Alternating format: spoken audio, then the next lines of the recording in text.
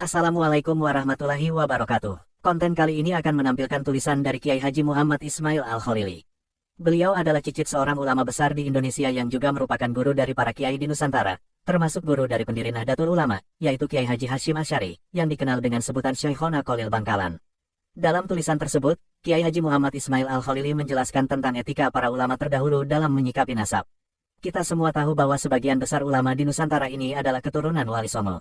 Sebagai keturunan Wali Songo, para kiai di Nusantara ini juga memiliki catatan silsilah yang menunjukkan hubungan kekerabatan mereka dengan Nabi besar Muhammad Shallallahu Alaihi Wasallam. Tulisan ini ditulis oleh Kiai Haji Muhammad Ismail Al-Khalili setelah beliau bersilaturahmi dengan salah satu kiai yang memiliki manuskrip catatan kuno tentang silsilah nasab Wali Songo dan keturunannya. Hal ini juga menjadi bukti bahwa terdapat banyak manuskrip yang mencatat keturunan Wali Songo. Oleh karena itu, tuduhan terhadap keturunan Wali Songo yang tidak memiliki catatan selama 500 tahun merupakan fitnah yang tidak berdasar. Tanpa basa-basi lagi, mari kita saksikan tulisan dari Kiai Haji Ismail Al-Khalili.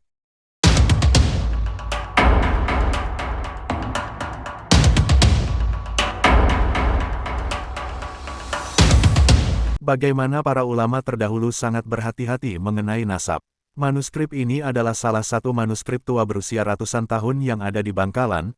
Tadi malam saya diberi kesempatan untuk membaca sebagian dari manuskrip dengan tulisan Arab Pegon Jawa itu. Salah satu manuskrip berisi data-data Wali Songo lengkap dengan nama keturunan-keturunannya, bahkan anak-anak perempuan juga dicatat lengkap menurut kiai pemegang manuskrip-manuskrip itu. Sampai sekarang manuskrip silsilah itu memang tidak pernah dipublikasikan.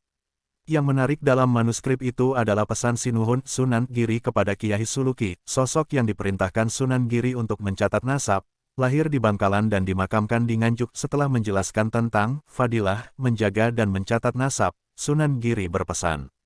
Anging aja nutur sira, ing nasab, ing wong kang ora bisa amaca Quran atawa wong bisa agawe kizib, hianat, kitman, lan wong kang ora anglakoni salat 5 waket karena dudu anak putu isun. Akan tetapi kamu jangan menyebut nasab ini kepada orang yang tidak bisa membaca Al-Quran, atau orang yang berbuat kizib, bohong, hianat, kitman, dan orang yang tidak melakukan sholat 5 waktu karena itu bukan anak cucuku. Sebuah pesan yang menunjukkan bahwa nasab di zaman dahulu tidak ditunjukkan kepada sembarang orang, apalagi dijadikan alat untuk sombong-sombongan dan bangga-banggaan. Saya juga mengetahui kisah seorang kiai di Madura yang mempunyai silsilah nasab akan tetapi lebih memilih untuk membakarnya karena takut menjadi sebab ujub, jumawa, dan kiber, sombong, anak turunannya. Pesan Sunan Giri ini juga mengingatkan saya kepada kisah Abuya Sayyid Muhammad Al-Maliki. Suatu ketika beliau melihat tulisan di buku tulis putra beliau Sayyid Alawi yang ketika itu masih belajar di sekolah dasar. Di buku itu tertulis Sayyid Alawi. Sayyid Muhammad lalu mencoret tulisan Sayyid itu dan berkata, "Jangan engkau gunakan gelar itu sekarang, nanti saja ketika engkau sudah layak untuk berdakwah." Saya juga teringat kembali pesan yang sering disampaikan Syekhina Maimoen Zubair.